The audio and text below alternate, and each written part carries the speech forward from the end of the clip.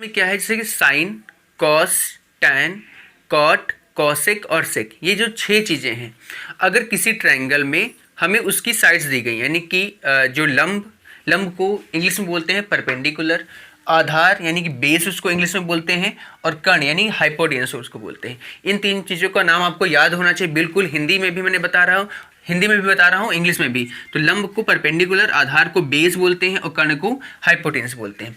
तो इन 3 चीज़ें अगर दी गई हैं किसी भी ट्रायंगल में और हमसे कहा जाए कि साइन की वैल्यू, कॉस की वैल्यू, टैन की value, cosec, sec and cot की वैल्यू हमें निकालनी है, तो उसके लिए हमें आना चाहिए उसका जो रेशियो वाला जो फॉर्मूला है वो हमें पता होना चाहिए। हम कैसे निकालेंगे, यानी साइन बराबर हम क्या लिखते हैं, लंब बटे आधार या फिर आधार बटे कर या पर्टिकुलर अपॉन हाइपोटेनस। तो ये जो फॉर्मूले है ये हमें आनी चाहिए। तो इसके लिए एक ट्रिक होती है, तो वो मैं आपको बताता हूँ, हिंदी मीडियम वालों के लिए भी, इंग्लिश मीडियम वालों के लिए भी।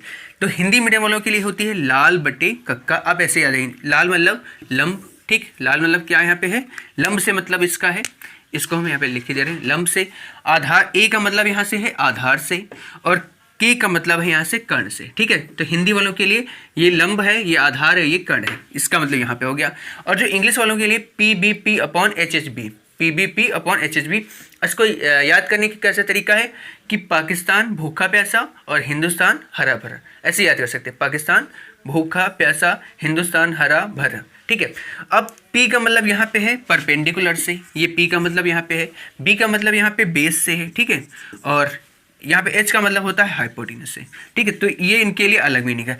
अब इसमें हम पहचान कैसे करेंगे कि साइन की वैल्यू के लिए हम P अपॉन H रखेंगे या P अपॉन B रखेंगे। तो इसके लिए क्या करेंगे, यहाँ पे होता है साइन, क्या होता है साइन, फिर उसके बाद होता है यहाँ पे कॉस, याद रखना, साइन के बाद ऊपर कॉस, फिर होता है यहाँ पे टैन, फिर क्या होता है टैन थीटा, फिर टैन का जो जस्ट उल्टा होता है वो होता है कॉट। तो टैन के जस्ट नीचे क्या होगा कॉट, कॉस का जस्ट उल्टा होता है वो होता है सेक, क्या होता है सेक होता है, साइन का जस्ट उल्टा होता है कॉसेक। ये चीज़ याद रखना कि अगर पूछा है कि साइन का उल्टा क्या होता है कॉसेक, ठीक है, कॉस का उल्टा क्या होता है सेक होता है, और टैन का उल्टा कॉट होता है, याद रखना बिल्कुल। और ये ऊपर नीचे लिखे होते हैं। मैं भी बताऊंगा कि इनको फिर कैसे रीड करेंगे, इसका भी बता देता हूँ। इसका भी ऐसे ही हुआ, यहाँ पे साइन होगा, यहाँ पे कॉस होगा, ना कि कॉसेक होगा, कॉसेक यहाँ पे होगा, कॉस होगा, यहाँ पे टैन होगा, टैन का उल्टा यहाँ पे कॉट होगा, यहाँ पे कॉस का उल्टा सेक होगा, और यहाँ पे क्या होगा कॉसेक होगा, ठीक है ना। कॉस और सेक में अंतर, कॉसेक केवल यहाँ तक ये एंड हो जाता है, यहाँ पे कॉसेक ई सी इसमें एक्स्ट्रा होता है। अब यहाँ पे हम कैसे निकालेंगे, सिर्फ साइन की वैल्यू क्या होगी, यहाँ पे साइन थीटा मान लीजिए कोई चीज़ है, साइन थीटा, ट्रायंगल में किसी कोई एंगल थीटा है उसकी हमें निकालना है। तो क्या है यहाँ पे साइन है, ऐसे रीड करेंगे, ऐसे ऊपर से रीड करेंगे। तो इसको क्या लिखेंगे लंब बटे कर्ण, क्या है लंब बटे कर्ण। और इसका देखा जाए तो लंब, इसमें क्या होगा P अपॉन एच, क्या होगा P अपॉन एच। फिर नेक्स्ट अगर मैं, चलो अब मैं सेक को पढ़ता हूँ, सेक को, अब सेक नीचे से है तो हम इसको नीचे से रीड करेंगे, यानी ये वाला पोर्शन अब ऊपर लिखा जाएगा और ए वाला पोर्शन नीचे लिखा जाएगा। तो अगर हमें लिखना है सेक थीटा, क्या लिखना है सेक थीटा, तो ए अपॉन के नहीं लिखेंगे, वो तो कॉस के लिए लिखा जाएगा, ध्यान रखना। सेक के लिखना है तो के अपॉन ए, क्या लिखेंगे के अपॉन ए, के यानी कि कर्ण बटे आधार, और इसमें क्या होगा एच अपॉन यानी हाइपोटेनस अपॉन बेस, ठीक है। तो बस यही इंग्लिश मीडियम और हिंदी मीडियम के लिए। तो जब हम नीचे से कोई वैल्यू लिखेंगे तो वो जो नीचे वाली वैल्यू वो ऊपर हो जाएगी, और जो ये ऊपर वाली वैल्यू है वो नीचे हो जाएगी। तो इन तीनों के लिए ऊपर वाली वैल्यू ये रहेगी और नीचे वाली ये, और इन तीनों के लिए ऊपर वाली वैल्यू जो ऊपर है इसमें वही रहेगी और नीचे वाली जो नीचे है इसमें वही रहेगी। तो इस तरह हम साइन कॉस टैन के जो है रेशियोज आसानी से निकाल सकते हैं। अब मैं एक क्वेश्चन के थ्रू आपको बताऊंगा कि अगर मैं साइन कॉस टैन की वैल्यू निकालनी है तो हम कैसे निकालेंगे। हमें रेशियो तो समझ में आ गए, तो अब हमारे दिमाग में ये चलता है कि इसमें हमारा लंब कौन सा होगा, यानी कि परपेंडिकुलर, बेस यानी कि हमारा आधार कौन सा होगा, कर्ण यानी कि हाइपोटेनस हमारा कौन सा होगा। ये पहचानने में हमें डाउट रहता है कि कौन किसको कर्ण मानेंगे, किसको आधार है और किसको लंब मानेंगे। तो ध्यान रखना बिल्कुल, जिस भी एंगल के बारे में बात की जाए, जिस भी एंगल के बारे में बात की जाए, उस एंगल के जस्ट सामने वाला क्या होता है परपेंडिकुलर होता है, उस एंगल के जस्ट सामने वाला। जैसे मैं यहाँ पे थीटा एंगल लिख रहा हूँ, तो इस थीटा एंगल के जस्ट सामने वाला, इसके जस्ट सामने कौन पड़ रहा है, यानी कि थीटा मान लो, या फिर ये एंगल हमारा सी एंगल के बारे में बात कर रहा हूँ, सी मान से कुछ भी, जैसे साइन सी के बारे में बात कर रहा हूँ, तो सी के जस्ट सामने कौन पड़ रहा है, ये लाइन पड़ रही है। तो लंब हमारा कौन हो जाएगा, ये हो जाएगा लंब, यानी कि परपेंडिकुलर हमारा ये हो जाएगा। सेकेंड पोर्शन आता है और जो अगर हम फिर हमें पहचान करनी है कि हाइपोटेनस हमारा कौन होगा, तो इसमें क्या होगा, ये जो एंगल ट्रायंगल होगा वो राइट एंगल ट्रायंगल होगा। ट्रिग्नोमेट्री में क्या होगा, राइट एंगल ट्रायंगल होगा, तभी हम क्या कि ये अप्लाई कर सकते हैं। ये ध्यान रखना, ये चीज़ हम तभी रेशियोज वाला अप्लाई कर सकते हैं जब ये ट्रायंगल कैसा होगा हमारा, right angle triangle. Right angle triangle मतलब कि उसका एक कोण 90 डिग्री का होना चाहिए, तभी हम ये जो फॉर्मूला है ये अप्लाई कर सकते हैं। तो ये एक एंगल 90 डिग्री का होना ही चाहिए, तो होगा ही। तो जो राइट एंगल ट्रायंगल जहाँ पे बने उसके जस्ट सामने वाली साइड, उसके जस्ट सामने वाली साइड क्या होगी हमारी, हाइपोटेनस, यानी कि वो क्या होगी हमारी, विकर्ण होगी। ठीक है, वो क्या होगी हमारी, विकर्ण, यानी हाइपोटेनस होगी वो। तो ये पहचान, यानी जिस एंगल की बात की उसके जस्ट सामने वाला होता है लंब यानी परपेंडिकुलर, और राइट एंगल के सामने वाला क्या होगा हमारा, विकर्ण। एंगल सामने वाला क्या होगा, विकर्ण, और जो बचा हुआ वो तीसरी क्या होगी हमारी, आधार होगी। ठीक है, तो जैसे मैंने यहाँ पे साइन सी के बारे में बात की, तो साइन सी के अकॉर्डिंग हमारा लंब हो गया ये वाली साइड, और 90 है तो इसके सामने वाले ये हो गया हमारा विकर्ण, और जो बची हुई है हो गई हमारी आधार। क्या होगी हमारी, आधार होगी।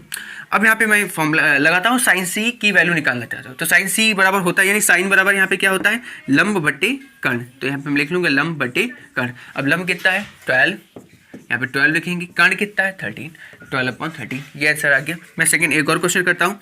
मान लीजिए कॉट निकालता हूँ, कॉट सी, क्या निकालता हूँ, कॉट सी। तो कॉट सी के एक मैंने बताया कि इसमें ये पहले लिखा जाएगा ऊपर और ये बाद में लिखा जाए, तो आधार बटे क्या होगा, लंब, यानी कि आधार बटे यानी बेस अपॉन परपेंडिकुलर, ये हो जाएगा। अब बेस कितना है 5 है, लंब कितना है हमारा 12, तो 5.12 इसका आंसर आ जाएगा।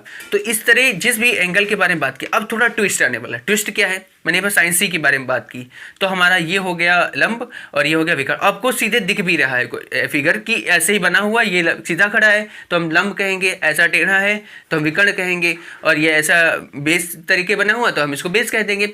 लेकिन जब फिगर थोड़ा ट्विस्ट हो जाए कि कहे कि साइन ए की वैल्यू निकालिए, अब फिगर तो आपको देखने में लगेगा कि हाँ इसके अकॉर्डिंग लंब तो हमारा यही होगा, नहीं होगा। अगर हम ए के बारे में बात कर रहे हैं तो फिर क्या होगा, यहाँ पे ए के जस्ट सामने कौन पड़ रहा है, ध्यान रखना। अगर हम ए के साइन एंगल ए के बारे में बात कर रहे हैं तो ए के जस्ट सामने कौन पड़ रहा है, इस एंगल की हमें निकालना है, साइन ए की वैल्यू निकालनी है। मान लीजिए चलिए कॉस ए की निकालते हैं, साइन तो निकाल चुके, कॉस ए, और फिर मैं निकालता हूँ सेक ए के बारे, कॉस ए सॉरी, और टैन ए के बारे में निकालता हूँ। ठीक है, अब कॉस ए के बारे में निकालना है, तो ए के जस्ट सामने कौन से है, तो अब जो है ये आधार नहीं रह जाएगी, क्योंकि विद रिस्पेक्ट टू ए हम बात कर रहे हैं, तो ये हो जाएगी हमारी लंब, ये हो जाएगी लंब।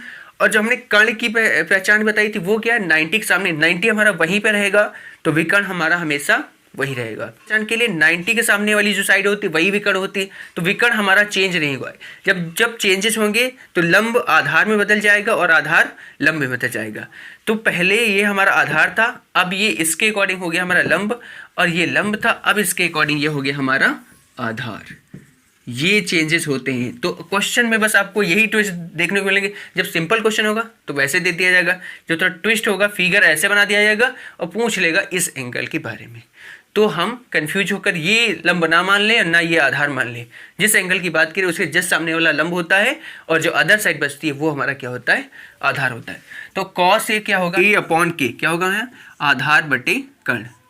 तो कर्ण, अब आधार क्या है 5 है, बिल्कुल नहीं, क्योंकि विद रिस्पेक्ट टू ए बात कर रहे हैं, तो इसके अकॉर्डिंग ये तो लंब बन चुका है, आधार हमारा है 12, तो 12 हो गया, कर्ण तो हमारा 13 ही रहेगा। फिर इस तरह अगर मैं बात करूँ टैन ए के बारे में, तो टैन ए क्या होगा हमारा लंब बटे आधार, तो यहाँ पे लिखेंगे लंब बटे आधार। अब लंब क्या है, लंब यही होगा ना, बिल्कुल गलत। अब ए के अकॉर्डिंग लंब हमारा 5 है, तो इसको 5 को ऊपर लिखेंगे, आधार क्या है ये, नहीं आधार अब ये बन चुका है 12, तो 5/12। तो इस तरह जो ये रेशियोज वाले क्वेश्चन है, बस आपको इस तरह चेंज करेंगे, आपको बस कंफ्यूज करेंगे कि ऐसे फिगर बना देंगे, सी के लिए नहीं पूछेंगे, पूछेंगे इसके बारे में, ए के बारे में, तो आप यहाँ पे कंफ्यूज। अच्छा ये ध्यान रखना कि ए बी सी ये कुछ लिख सकते हैं, पी क्यू आर लिख सकते हैं, एम एन ओ लिख सकते हैं, तो आपको कंफ्यूज होने की कोई जरूरत नहीं है। ठीक है, और ये मतलब ये 90 हो गया, पहचान आप समझ ही गए होंगे कि कैसे हम पहचान करें।